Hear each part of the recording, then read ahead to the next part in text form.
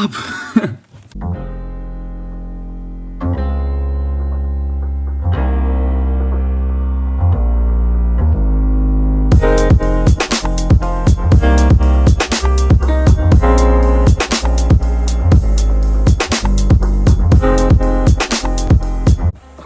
Today is going to be a nice change of pace. It's a Friday. I don't think it's going to be that busy today. I have work, and then after that I can pretty much just relax the rest of the night.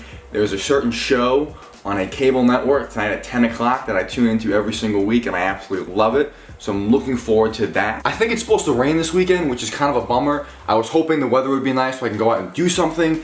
I still have to do stuff tomorrow. I need to get a haircut. I usually go months without getting a haircut, 1, 2, 3 months without getting a haircut. I don't know what I want to do with my hair ever. Sometimes I buzz it all the way off, sometimes I let it grow, sometimes I do the top longer and the side short. That's what I've been doing lately, is doing the top longer, the side shorter. It's like the fashion thing now. It's like the style, and the style.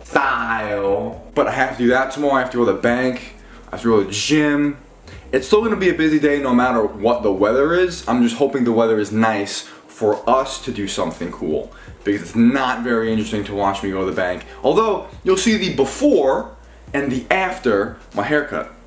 Any of you guys that do daily vlogs every other day, I want to extend my deepest love for you guys. I think it's incredible, and you can put out consistent, beautiful, well-edited, well-put-together content on such a consistent basis. To me, that is the ultimate goal. There's so many of you that can do that. I want to get to that point. We're getting there. We're not quite there yet, but we're working our way on through. We're moving through the process. Good morning, guys. Today is April 8th. It is a Saturday. It's been a busy morning so far. I woke up and got my hair cut. You can see here, got it much shorter. Sides been buzzed, and then the top is just scissor cut. This is what I've been getting lately. I'll usually mix it up every few months, but this is what I've been sticking with now. I think it looks pretty good. Hope you guys agree. I just got back from the gym now, so I have to go and I have to shower. I'm getting brunch, which is the best meal of the day, with a friend from high school.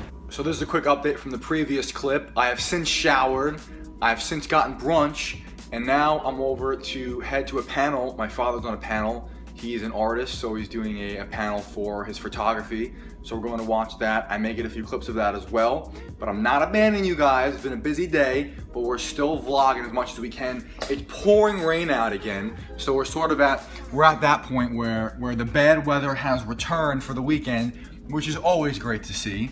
But right now, we're heading over to the north shore of the island, actually where I work, and we're going to sit on the panel. Hopefully, they'll ask some great questions. He's a great speaker, he's a great guy, great man, and look forward to that in a little bit. So while I'm waiting for Alissa, I wanted to just briefly discuss. So last night, I spent a very long time editing the vlog that I'm planning to put out tomorrow, and I spent about 2 to 3 hours making no progress because I was getting very frustrated.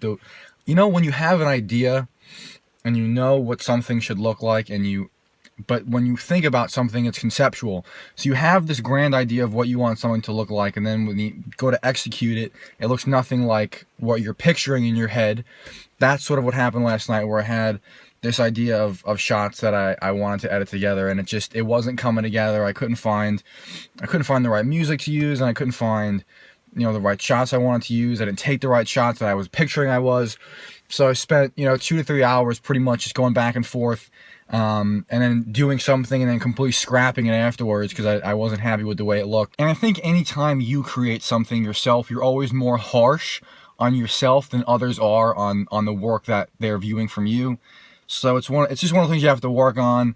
It ended up coming together, I think, okay. It wasn't, it's never going to be exactly what you want, because you always think in terms of the big picture.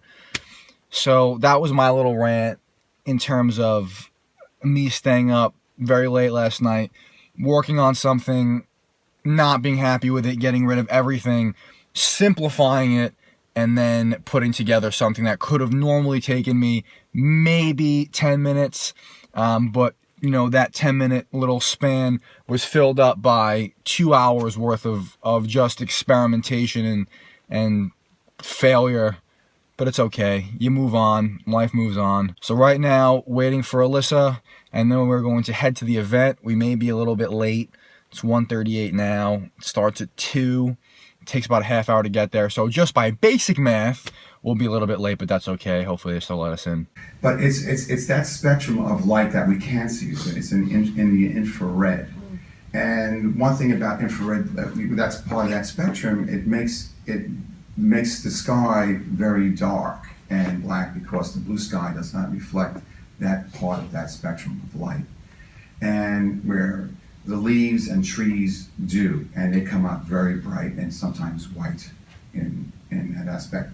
So I just want to preface what you're going to be seeing in the next clips. So this was at the Staten Island Museum where my father's panel was held. Now there's 2 locations. I had been to one, I had not been to this one.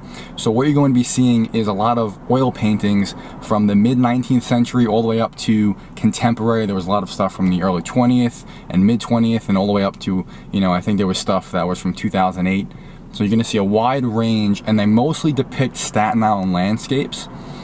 It's just interesting to see the island from a different perspective. I was born and raised here. I've lived on Staten Island my entire life, and a lot of this natural beauty that you're seeing in these images and these paintings are destroyed, you know, by developments and by just us in general, society in general. Much of the natural beauty of the island was destroyed, and it was interesting. So during the panel, they had a woman speaking about literature within Staten Island. It was basically writings about Staten Island from different time periods or different centuries rather. So I went back.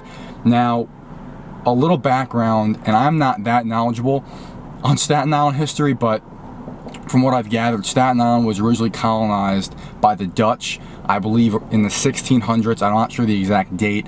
And this woman went through the writings from the 17th century, 18th century, 19th, 20th, and the consistent theme within all of those writings was how this island was just a magical place. It was a very beautiful, raw, gorgeous area. And it's sad because a lot of that is now gone, you know, just due to 2016 living and lifestyle.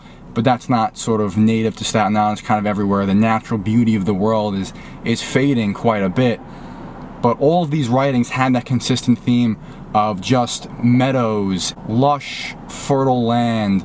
And one soldier, I believe it was a British soldier, described it as just a fantasy land. And it's just weird, you know, to think about that now and living here. And I'm like, oh, you know, that doesn't look too nice. But, you know, back then, before everything was so overdeveloped, it really was such a beautiful area. And then you're going to see a mammoth. And I'm not sure what the mammoth had to do with the rest of the museum. Most of the museum was just paintings and vintage clothing, and then there was just this random mammoth. It was a very accurate stuffed animal. So you're gonna see that gigantic mammoth as well. You know, it's just interesting to see life before you weren't here, because when you think about it, we're relatively young. Obviously, I mean, we're a speck on a speck on a speck in terms of history itself. So it's just nice, even looking back 150 years ago, to see where you lived and what it's become and what it once was. That's sort of the point of all of this. But it was just interesting because they would describe Staten Island, they would in just vivid detail.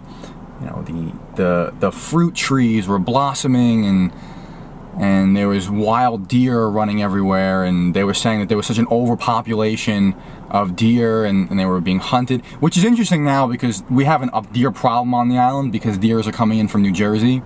So we actually have a big deer problem.